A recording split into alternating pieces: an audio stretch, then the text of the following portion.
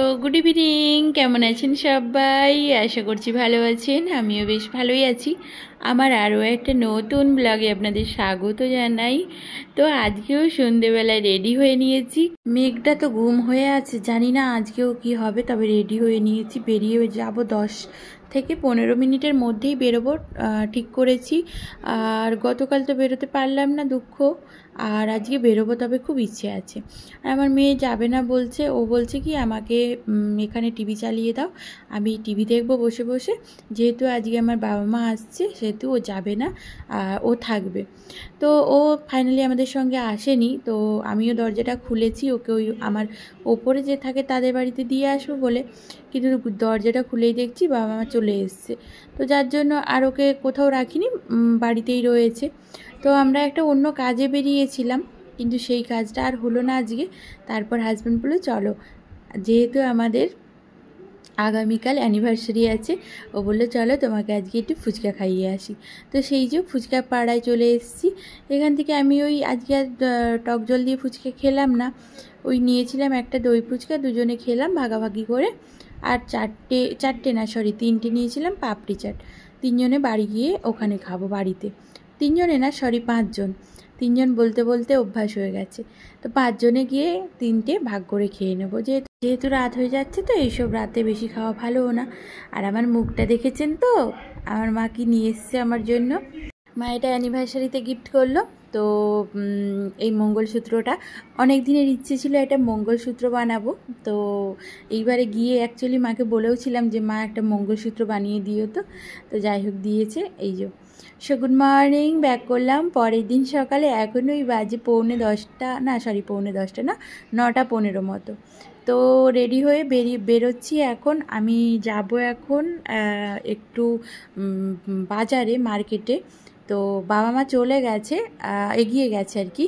তো মাটন কেনা হবে। আমি তো মাটন খাই না, আর আজকে আমার একদম মানে খাওয়ার ইচ্ছে নেই। কেন জানি না, খেতে ইচ্ছে করে না এখন। ওই যে আমার জন্য একটু চিংড়ি মাছ রয়েছে, ওটা দিয়ে আমি খেয়ে নেবো। আর কুলেখাড়ার শাক তো এখন পার ডে আমাকে ওটা খেতে হচ্ছে। যেহেতু আমার হিমোগ্লোবিনটা কম রয়েছে, সেহেতু ওটা আমাকে পার ডে খেতে হচ্ছে। আর বাবা মা এগিয়ে গেছে, মাংসটা কিনতে বলেছে। আর আমরা রেডি হয়ে তারপর বেরিয়েছি। মেয়েকে ঘুম থেকে তুললাম, ও ঘুমোচ্ছিল, ওকে রেডি করে তারপর বেরিয়ে এলাম। খুব ভালো লাগছে জানেন, ওয়েদারটা হালকা হালকা রোদ, কিন্তু ঠান্ডার একটা আবহাওয়া রয়েছে, প্রচণ্ড ভালো লাগছিল। তার মধ্যে মনে তো একটা আনন্দই, আমাদের অ্যানিভার্সারি আজকে। আর আজকে প্রচণ্ড আনন্দ করেছি জানেন। তো এসে মা ওখানে মাংসটা কেনা হয়ে গেছে, তারপর মা বললো যে 2টো পান নিই। তো পানগুলো নিয়েছিলাম, দেখতে তো খুবই সুন্দর ছিল, কিন্তু খেতে অত ভালো ছিল না।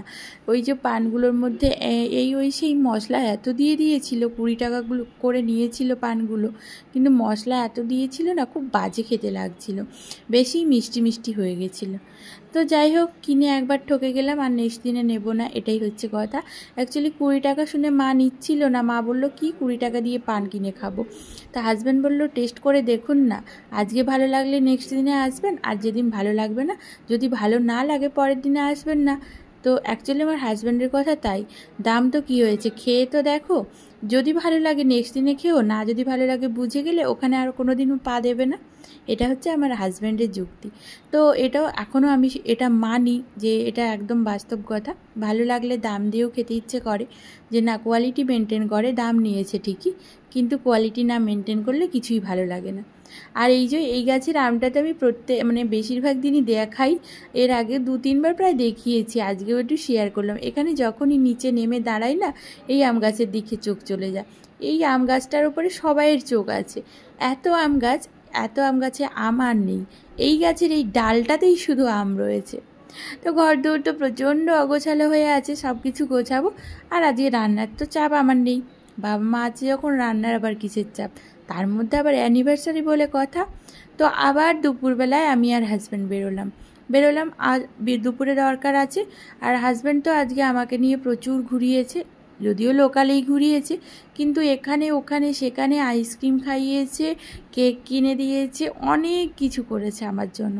রাতে মোমো খাওয়াতে নিয়ে গেছিলো, যেহেতু আমি ওখানের মোমোটা খেতে খুব ভালোবাসি, মোমো খাওয়াতে নিয়ে গেছিলো। মানে যা বলেছি, যা খেতে চেয়েছি, আজকে আমাকে কোনো কিছুতে না করেনি। আর গিফটটা বললো যে বাকি রইলো, তোমাকে ঠিক আমি দিয়ে দেবো, ঠিক টাইমে তোমায় বলতে হবে না। অ্যাকচুয়ালি আমরা কালকেই এসেছিলাম গিফটের জন্য, যে গিফটটা নেব।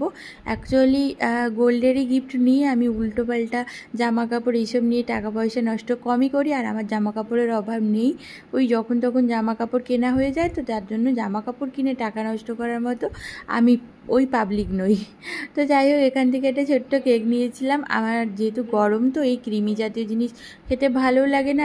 আমি এটা এখান থেকে চিজ চিকেন রোল খেয়েছিলাম আইসক্রিম খেয়ে, আর আইসক্রিম কিনে নিয়ে বাড়ি এসেছি। এই আইসক্রিমগুলো একসঙ্গে যখন দিয়েছিল না, তখন আমি একদম মানে ভিডিও করতে ভুলেই গেছিলাম, খুব সুন্দর লাগছিল। তো গুড ইভিনিং, ব্যাক করলাম সন্ধেবেলা, আবারও রেডি হয়ে নিয়েছি, আবারও বেরোবো। ওই যে সন্ধেবেলায় মোমো খেতে যাব, মোমো খেয়ে আর বাড়িতে একটু নিয়ে আসবো। এগুলোই আনন্দ, জানেন তো, খুব ভালো লাগে এই আনন্দের মুহূর্তগুলো। আর একটু রেডি হয়ে নিয়েছি, একটু সোনা গয়না পরে নিয়েছি। সোনা গয়না তো যখন তখন পরা যায় না, তাই আজকে একটু যখন স্পেশাল দিন আছে, ভাবলাম যে একটু পরেই নিই। তো তাই পরে নিয়েছিলাম আর রেডি হয়ে নিয়েছি, একটা কুর্তি পরেছি, ব্যাস। গরমে আর কি পরবো বলুন তো। তো যাই হোক, এই রেডি হয়ে নিচ্ছি, এখন বেরোবো দুজনে মিলে। যদিও হাজব্যান্ড এখনও রেডি হয়নি, ওকে তাগাদা দিয়ে ঘুম থেকে তুললাম, ওঠো চলো রেডি হও। তো এই চলে এলাম মোমো খেতে। তো চলুন আজকের ব্লগটা মোমো দেখিয়েই আপনাদের এন্ড করছি। তো আজকের ব্লগটা এখানে এন্ড করছি। যদি ভালো লেগে থাকে অবশ্যই এটা লাইক শেয়ার অ্যান্ড সাবস্ক্রাইব করে দেবেন। আজকের মতো টাটা, সবাই ভালো থাকবেন।